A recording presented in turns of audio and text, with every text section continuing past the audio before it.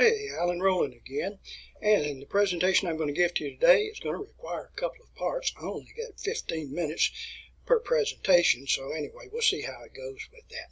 Now, before I get started, I want to share with you something I used to tell my history students at Bevel State, and it's like in judging a society from the past, we cannot do that through the eyes of today. We cannot do that walking in the shoes that we wear today when there was events that took place hundreds of years ago. Now, I'll tell you about my ancestry. My ancestry was Scottish. My ancestry was Irish. And hundreds of years ago, my ancestors were prosecuted, persecuted, enslaved, murdered by Great Britain, by individuals of Great Britain. And that's an unfortunate event. There's nothing I can do about it today. And do I expect an apology from Great Britain? I do not. Do I expect anything in return from Great Britain? I do not. I mean, that would be unfair of me. That took place hundreds and hundreds of years ago. If I didn't take that attitude, then we might as well just blame our problems, our diplomatic problems that we have today with the People's Republic of China. We might as well blame that on Genghis Khan from over 1,000 years ago. Or the problems that we have with the former Soviet Union, Russia today, we might as well blame those conditions, those problems that we have today, on Napoleon's failure when he attempted to conquer Russia in 1912 and 1913. That would be egregious for us to do so. Now, with all that said here, I want us to bear in mind that we cannot judge things from the eyes of today, of the past. All right, now let's get into the topic today. I'm tired of wasting my time here, and I'm sure you're tired of listening to me talk about this. But our topic today is going to be that of the Bankhead family from Jasper, Alabama. Some of you probably are familiar with them. Maybe you are anyway. It's a very famous family. If we break the name down here, what Bankhead actually means, it's a Scottish term. It means someone who lives at the end of the bank, better translated, someone who lives at the end of the road. All right, now I want to share with you family tree of the Bankhead family, and this is just a family tree that I put together on those individuals that we're going to address today. If we start at the top, I'll go through these individually, and not at as great a depth as on here. And by the way, this may have some errors on it. I tried to keep myself focused on just two main branches of the tree here, but we're going to start up here. I don't know if you're familiar with the pedigree, but we start here. We go down to the next generation, the next generation, the next generation, and in this generation there will be 6 children here, here, here, there, there, there. You can magnify this later, or freeze the frame and look at it here. And then we're going to focus primarily on 2 major limbs. This one here that moves in this direction, and that's where we'll spend most of our time in the next couple of presentations, and a little bit here on this line right there. The other ones I will just casually mention with that, and if I don't forget, I'm going to bring this family tree up again, towards the end of the presentation. All right, so this is where we're going to start our project today. Up at the top with James Bankhead. I'm not going to bore you by reading all of the dates here, and I can't read them very well myself. But this is where the family tree, for our purposes, is going to begin here. It tells you about James Bankhead. You can see the dates here. It dates back to the middle 1700s. He was born in Ulster, Ireland. Now, if you're not familiar with that, that's in the northern parts of Ireland today, Northern Ireland. There's 7 provinces that are present there, and they closely align with Great Britain. He immigrated to South Carolina. He married Elizabeth Black, and you can read the dates right there. They would have a son. The son's name was George Bankhead. You can see the dates in which he was born. He was from Pinckneyville, and that's in Union County, South Carolina. Now, if you read the family history, it tells you that he moved to Marion, Alabama. I'm just not real sure about that. That may be Marion County, Alabama, but I can't pull it out of the family records there, whether it was Marion, Alabama, or Marion County. All right, now notice here he's married to Jane Greer. Now, as we go through this, look at some of the key names here, like Greer and James Greer. And incidentally, George Bankhead is married, is buried in Sullivan, Alabama. That is close to where he was buried. They had a son, James Greer. Once again, we see the name Greer here. That's his mother's maiden name. You see the dates in which he was born, 1812 here. It tells you in Union. I think Union is the county seat for Union County in South Carolina.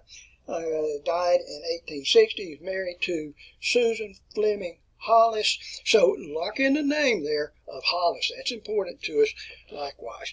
All right, now we'll share a photograph here of John Hollis Bankhead. This was not the firstborn of James Greer Bankhead and Susan Fleming Hollis, but this is what he looks like here. And let me, in fact, I want to put this under this so it kind of gives us a guide here. Born on this date here in 1842, John Hollis Bankhead, named for his mother's maiden name here. It tells you here that it is in Moscow, Alabama, located in Lamar County. If you visit that little community today, there's just not much to that. Even at that time, there wasn't much. I would really tell you that this is Sullivan, Alabama. It's about 1 mile east of Sullivan. And for John Hollis Bankhead, he served as a captain in the Confederate States of America's Army, served in Company K in the 16th Alabama. Was actually wounded on a couple of occasions. This is what he looks like right here, wearing his captain's uniform, and a nice young man there. All right, John Hollis Bankhead. Let's see what else here. As we go down through here, after the war was over, he served as the warden, and this was at the Alabama State Penitentiary in Wetumpka. That is where the Tutwiler prison is located today for women. At the time we're talking about when he was warden, it was both for males and for females. He was married to Tallulah James Brockman. I'll show you a photograph of her in just a little bit. Her grandfather was Benjamin Kilgore, who was captain of South Carolina Company during the Revolutionary War. She was educated in Tuskegee and in Montgomery. And later we'll find out that, and this is very, very odd, John Hollis Bankhead was a Democrat, and that's not odd in itself here, but he was a U.S. Senator from Alabama for the dates that are indicated there, 1907 to 1920, and subsequently suffered a heart attack. All right, and that is so unusual here because after the Civil War was over, and I'll go back to me for just a second, but after the Civil War was over, the radical Republicans, this is from a vindictive North that had defeated a humiliated South, were absolutely determined that anybody that had fought for the Confederacy or supported the Confederacy would never serve in Congress. It would never serve as a senator, never serve as a House of Representative member here. And of course that is going to not be upheld, for generations. But anyway, nevertheless here, John Hollis Bankhead does become a senator from Alabama, and he fought for the Confederacy. And I find that to be rather remarkable with that. All right, so if we go back to our documents camera here, some of the things he was opposed to, and don't forget what I told you earlier here to start this presentation, he was opposed to the 19th Amendment to the United States Constitution. That was women's right to vote. All right, you cannot look at that through the eyes of 2024. You have to look at it through the eyes of that period of time. And then, sometimes considered to be the father of the good roads. He was responsible for many of the paved roads in Alabama, to include Bankhead Highway. He was responsible for Bankhead Lock and Dam, that's Lock 17 down in Tuscaloosa County. Bankhead Tunnel, which is on US 98 in Mobile, Alabama. He was also the owner of the Bankhead Coal Company, as you can see there. The children that he had 6 children. If you go back to the freeze frame that on the family tree, you can see this. Louise Brevet Bankhead, you can read the dates here. I'll talk to you about Maria Susan Bankhead, in just a short time, and John Hollis Bankhead II, William Brockman Bankhead, Louise Luna Bankhead, which died early in age. And I'll even show you a photograph here of Henry Bankhead, Colonel Henry Bankhead. He didn't follow the path of a politician, but he was a military officer, and of course, high-ranking military officer is that of a colonel. Now, where John Hollis Bankhead lived in Jasper, Alabama, was at a home and before I get to that, and I missed this a few minutes ago, I'm going to come back to Sunset in just a second, but where he was born was up in Moscow. I was telling you about this just a little bit ago here, about a mile east of Sulligent.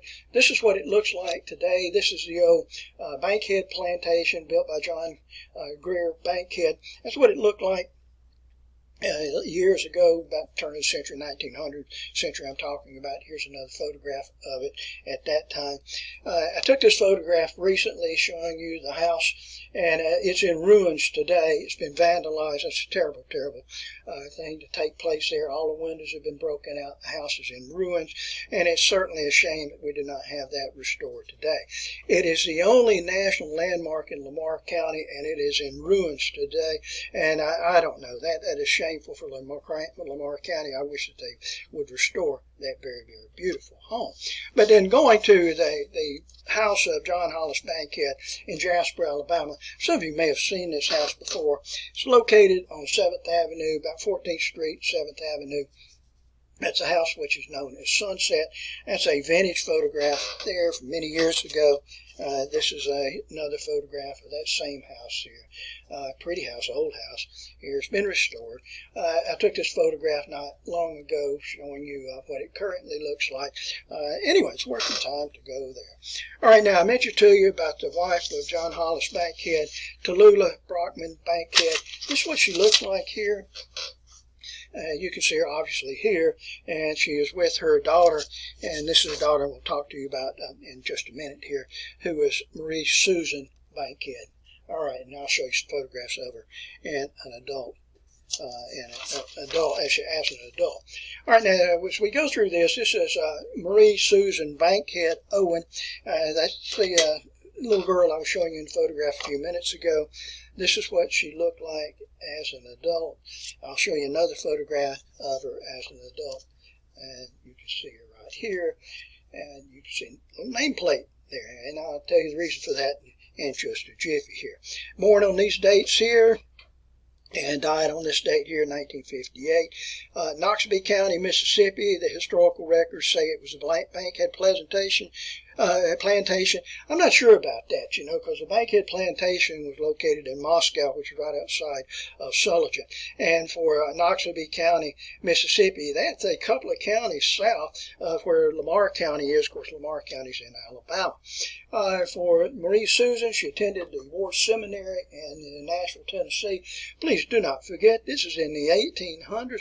Women just did not many women received formal educations that would be equivalent to a college education today.